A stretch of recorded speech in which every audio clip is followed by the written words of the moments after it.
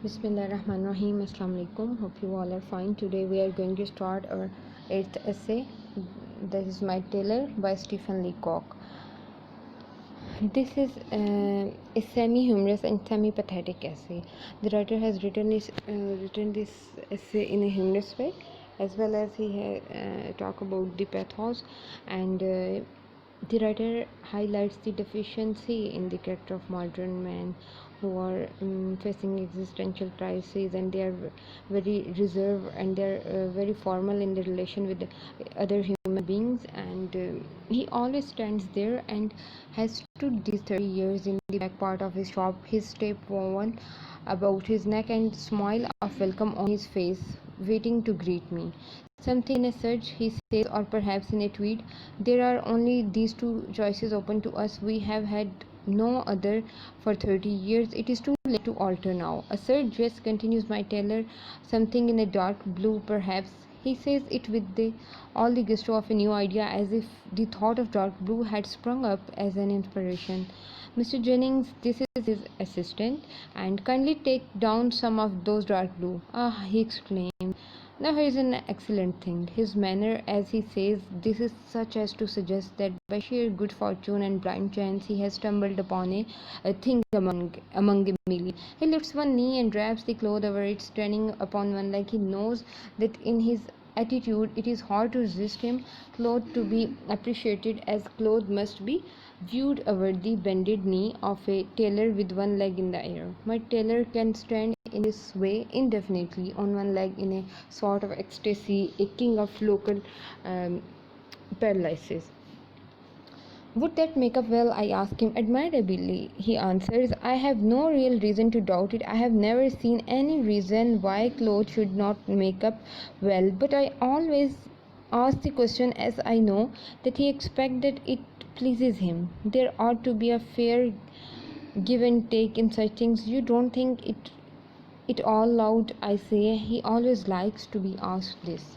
Oh no, very quiet indeed. In fact, we always recommend Serge as extremely quiet. So, the writer has conveyed a very serious idea in a very light-hearted manner. In these 2 to 3 paragraphs, the narrator had been going to Tailor for at least 30 years and was so reserved that he never talked on his personal matter, and the tailor had this same style of offering clothes for last 30 years.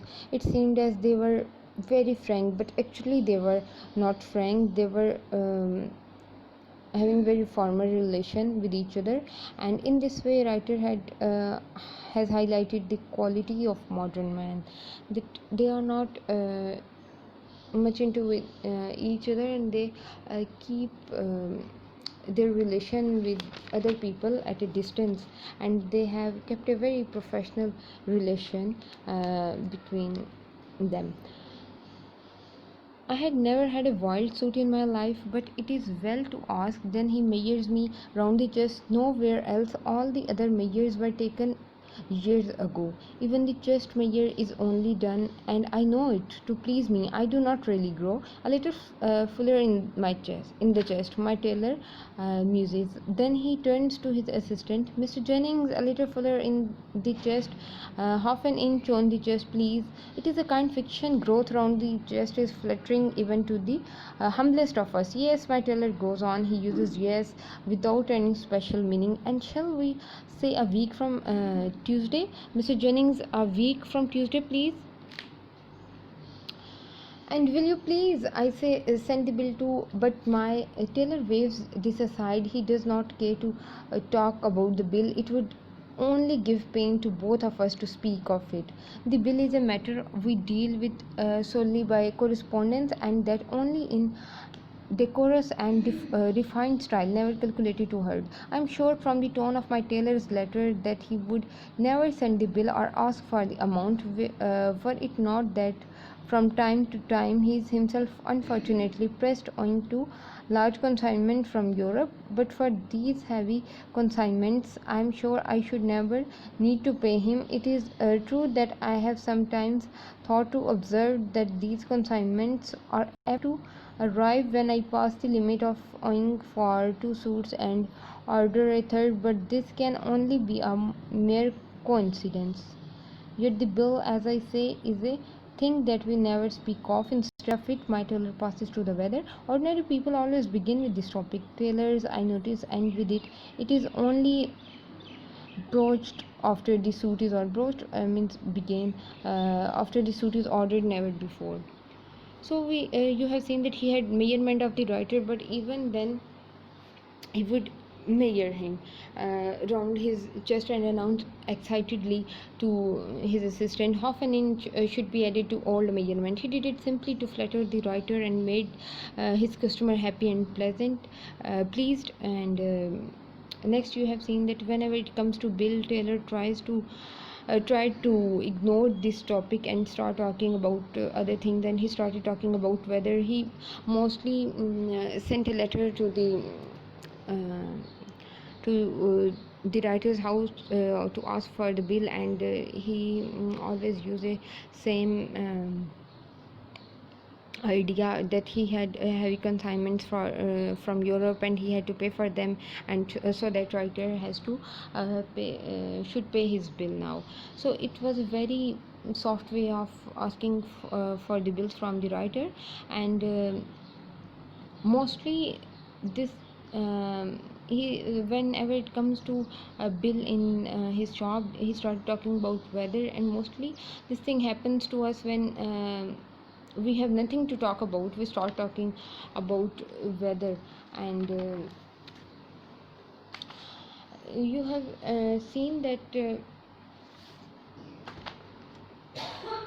in the next paragraph he's talking about weather, pleasant weather we are having. He says it is never other. So I notice with him perhaps the order of a suit itself is little beam of sunshine. Then we move together towards the front of the stone on the way to the outer door. Nothing today, I suppose, says my tailor, shirting. No thank you, this is again a mere form.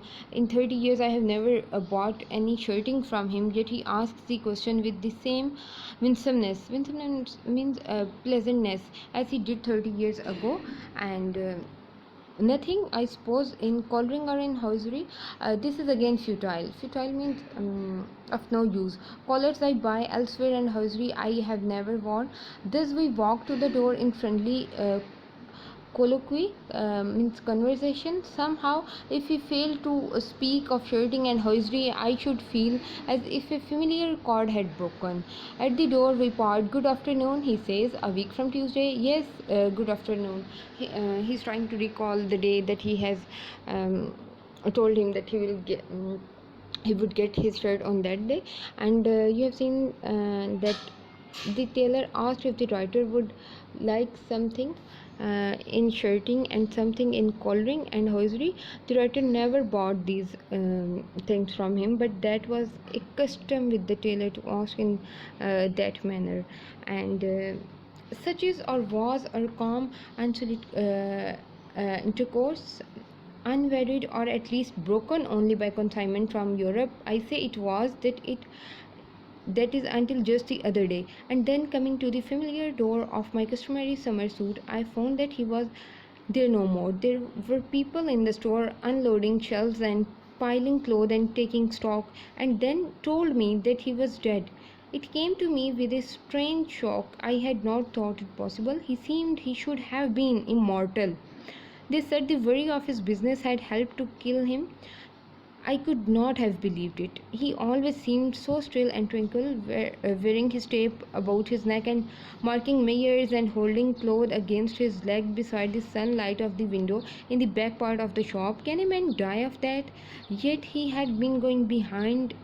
They said, however, that is done for years. His wife, then they told me, would be left badly off. I had never conceived him as having a wife, but it seemed that he had, and a daughter too, at a conservatory of music, yet he never spoke of her, and that he himself was musical and played the flute and was a sidesman of a church, yet he never referred to it to me. In fact, in 30 years we never spoke of religion. It was hard to connect him with the idea of it. As I went out, I seemed to hear his voice still saying, and nothing today in shirting. I was sorry I had never bought any. Now he wanted to buy those things that he never bought, and there is, I'm certain, a deep moral in this, but I will not try to draw it. It might appear too obvious. So you have seen that the tailor has died and writer could not believe that, and he has never taken the tailor as a human being. He never talked about his personal life. He came to know that the business of tailor was going down, and he died of the resulting sorrow. The tailor came to know about his wife and daughter after his death, and he took him simply as immortal figure. And we have seen a very important message has been highlighted through this essay by Stephen Leacock. We should take a man as a human being, then as a professional. The writer was sorry not to have personal acquaintance with the tailor who served him for at least 30 years, and he feels sorry for his pathetic, deserved relation with his tailor. So the moral, you have seen, moral lesson that has been told to us is that we should value a man as a man and not as something else. The value, the writer now wants to fulfill the wishes of the tailor. Whenever he went to his shop, the tailor offered him some clothes and shirting and coloring, but he never uh, bought those things. But now when he died, he wanted to fulfill all the wishes of the tailor. So this was the essay My Tailor by Stephen Leacock. Now you will do the exercise, and kindly note down all the new words that have come in this essay, and include those words in your vocabulary. Thank you.